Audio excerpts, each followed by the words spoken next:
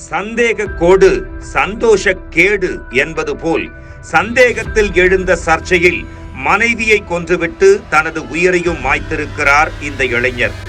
புதுச்சேரி மவுடுபேட் பகுதியைச் சேர்ந்த பாலசுப்ரமணியம் அமெரிக்காவில் உள்ள ஒஹாயோ பகுதியில் சிறை வார்டனாக பணியாற்றி வந்துள்ளார்.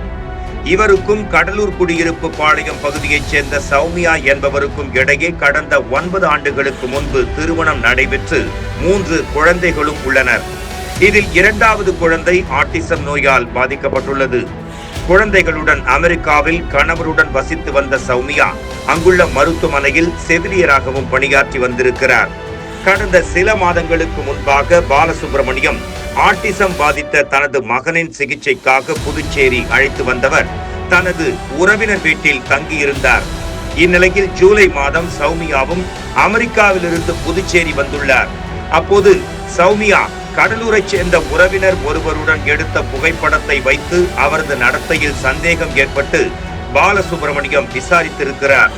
இந்த பிரச்சனை தகராறாக மாறி காவல் நிலையம் வரை சென்ற நிலையில் போலீசார் அவர்களிடம் இருவருமே அமெரிக்காவில் இருப்பதால் குடும்பத்தாருடன் பேசி சமாதானம் செய்து கொள்ளுங்கள் என அறிவுறுத்தி அனுப்பி இருக்கிறார்கள்.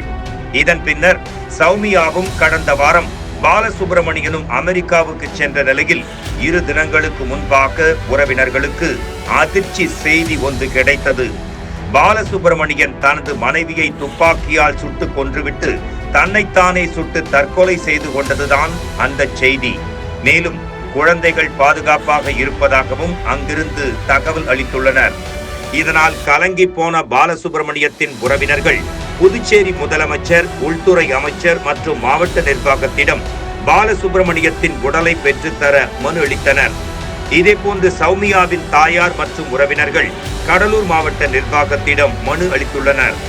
தகாத உறவு விவகாரத்தில் புதுச்சேரியிலிருந்து சென்றவர்கள் அமெரிக்காவில் இறந்த சம்பவத்தால் உறவினர்கள் செய்வதறியாமல் திகைத்து வருகின்றனர். இந்நிலையில் சுப்பிரமணியன் அமெரிக்காவுக்கு செல்வதற்கு முன்பாக கணவனும் மனைவியும் தொலைபேசியில் பேசிய ஆடியோ ஒன்று வெளியாகியுள்ளது. புகைப்படத்தில் உள்ள ஆண் நண்பரை மிகவும் பிடித்துள்ளதால் அவருடன் வாழ விரும்புவதாக அந்த ஆடியோவில் சௌமியா தெரிவித்துள்ளார். மேலும் நாம் இருவரும் நண்பராக இருக்கலாம், பிள்ளைகள் தமக்கு வேண்டும், என்னை பலரும் அவருடன் இணைத்து பேசியதால் அவர் மீது அன்பு வந்துள்ளது என கணவர் பாலசுப்ரமணியத்திடம் கதறி அழுவதும் பதிவாகியுள்ளது. நீ சொல்றது எனக்கு புரியுது நல்லாவே. பட் எனக்கு ஓப்பனா பேசிட்டா என் லைஃப் நான் பார்த்துட்டு போயிடும். அதுக்கு தான் சொல்றேன். ஏன்னா இவ்வளோ தூரம் வந்து பேசி நான் ஒரு ஃபோட்டோ எடுத்தேன். பட் எல்லாரும் அவங்க கூட போயிட்டேன். அப்போ ஓகே எவ்வளோ அதுக்கு அவனை பிடிச்சே போயிட்டு அவன் நினைங்களோட வாழ்ந்துடலாம், அவ்வளோதான்.